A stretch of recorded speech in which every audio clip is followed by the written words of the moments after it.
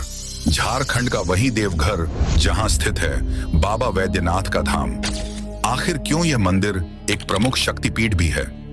क्यों माता सती का हृदय यहाँ पर गिरा था? आखिर क्यों भगवान शिव ये पवित्र स्थल पे लाखों श्रद्धालुओं को अपनी ओर खींचता है?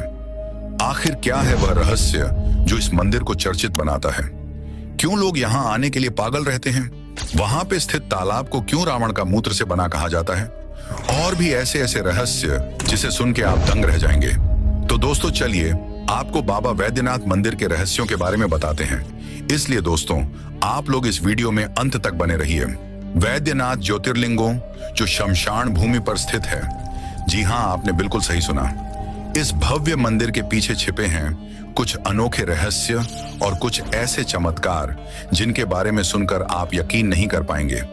कहा जाता है कि देवघर मंदिर की बस एक झलक पाने के लिए भक्त दूर दूर से आते हैं, मगर क्या आपको इसका वजह पता है? श्री वैद्यनाथ धाम झारखंड राज्य के जसीडीह नामक स्थान पर स्थित है।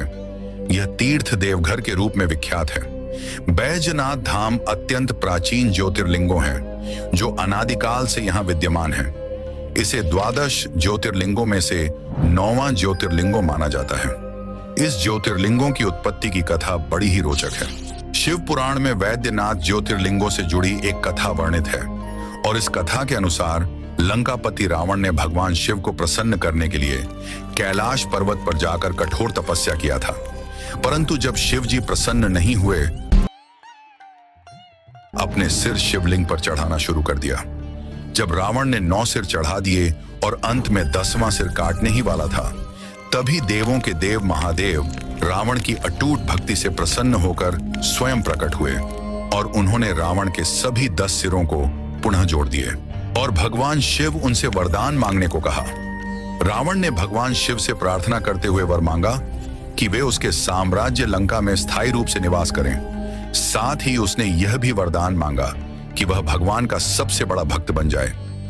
भगवान शिव ने रावण की प्रार्थना स्वीकार करते हुए एक शर्त रखी और उन्होंने कहा कि वे ज्योतिर्लिंगों के रूप में लंका तो जाएंगे, लेकिन भगवान शिव ने रावण को यह चेतावनी दी कि यदि वह रास्ते में शिवलिंग को जमीन पर अगर रख देगा तो वह शिवलिंग स्थायी रूप से वहीं स्थापित हो जाएगा।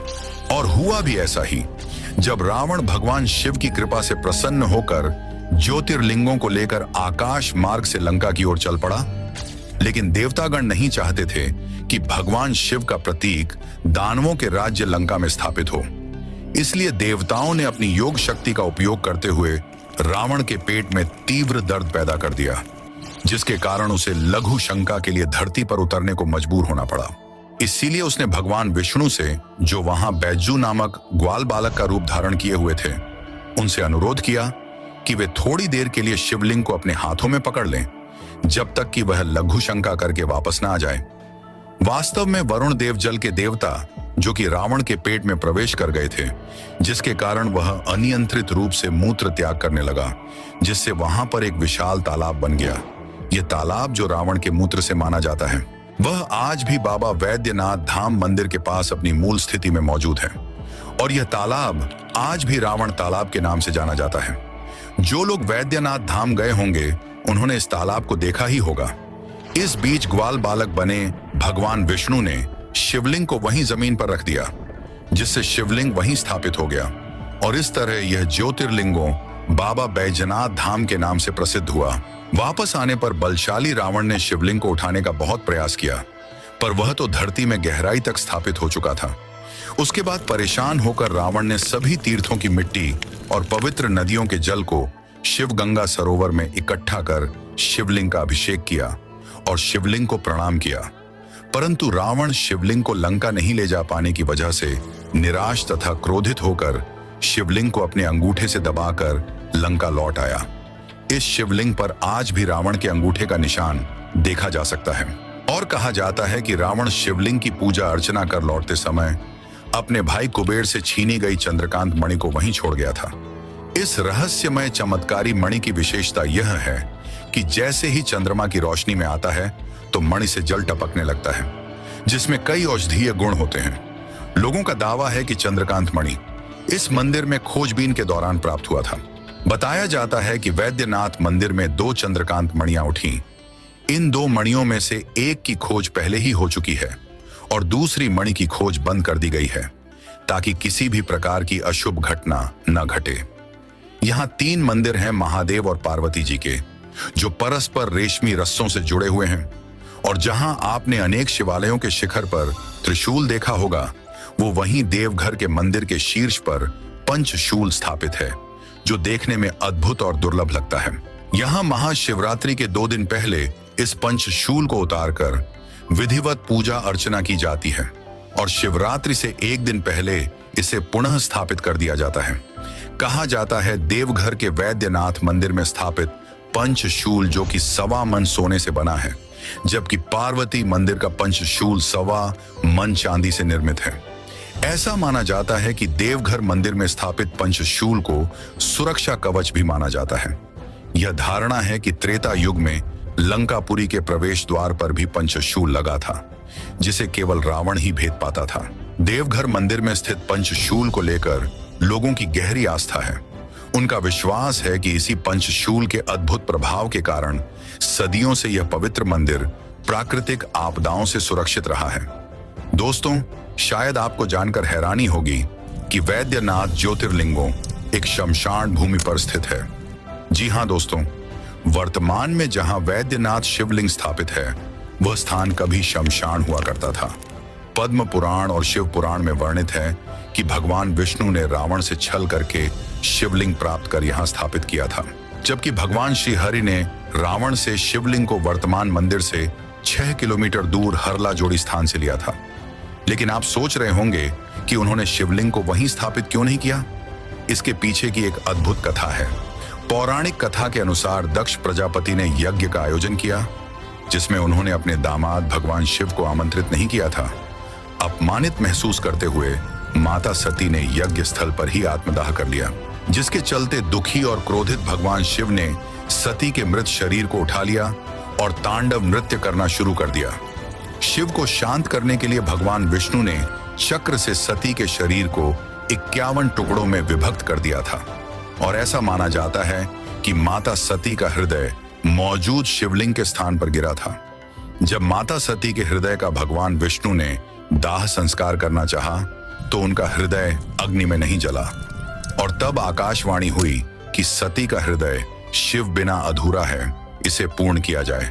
इसीलिए श्री हरि ने उस शिवलिंग को माता सती के हृदय पर स्थापित कर दिया, जिसे रावणेश्वर हदयापीठ वैद्यनाथ धाम के नाम से भी पुकारा जाता है।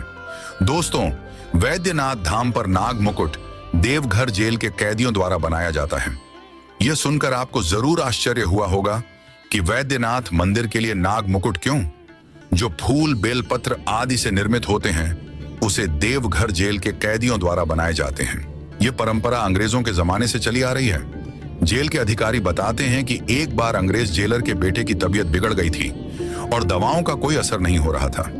इसलिए किसी ने उसे वैद्यनाथ मंदिर में नाग मुकुट चढ़ाने का सुझाव दिया। तब जेलर ने ऐसा किया और उसका पुत्र स्वस्थ हो गया। तब से जेलर ने कैदियों द्वारा बनाए गए नाग मुकुट मंदिर में भेजने शुरू कर दिए। इसके लिए जेल में एक विशेष कक्ष बनाया गया, जिसे बाबा कक्ष कहा जाता है। और नाग मुकुट बनने के बाद जेल कर्मी बोल बम के नारे लगाते हुए मंदिर पहुंचते हैं। और दोस्तों, क्या आप जानते हैं कांवड़ यात्रा की शुरुआत कैसे हुई थी? वैसे तो सावन के महीने में आपने निश्चित रूप से शिव भक्तों को कांवड़ यात्रा करते हुए देखा होगा। आपके मन में यह प्रश्न जरूर आया होगा कि इस पवित्र यात्रा की शुरुआत किसने और कैसे की थी। तो आइए आज हम जानते हैं कि कांवड़ यात्रा की शुरुआत किसने की थी और क्यों की थी। इस विषय पर विद्वानों के भिन्न भिन्न मत हैं। कुछ लोगों का मानना है कि परशुराम पहले कांवड़िया थे, जबकि अन्य का मानना है कि श्रवण कुमार पहले कांवड़िया थे। हालांकि वैद्यनाथ धाम में त्रेता युग के प्रथम कांवड़ियों का प्रमाण मिलता है। भगवान श्री राम ने ही सुल्तानगंज से गंगा जल लाकर भगवान शिव का अभिषेक किया था, इसलिए उन्हें वैद्यनाथ के पहले कांवड़िया माना जाता है और यह परंपरा आज भी चलती आ रही है। कुछ विद्वानों का मानना है कि समुद्र मंथन के दौरान निकले विष के सेवन से भगवान शिव व्याकुल हो गए थे। इसके बाद सभी देवताओं और दानवों ने भी शिव पर गंगा जल से अभिषेक किया था। इसी घटना को कांवड़ यात्रा की शुरुआत माना जाता है। वैद्यनाथ धाम तीर्थ कुष्ठ रोग से मुक्ति के लिए अत्यंत महत्वपूर्ण माना जाता है। मंदिर से कुछ दूर एक तालाब स्थित है जिसमें लोग कुष्ठ रोग से मुक्ति की आशा लेकर स्नान करते हैं। बैजनाथ देवघर को मनोकामना पूर्ण करने वाला तीर्थ माना जाता है क्योंकि यहाँ पर 12 ज्योतिर्लिंगों में से एक बाबा वैद्यनाथ का मंदिर स्थित है और साथ ही यहाँ पर माता का शक्तिपीठ भी है।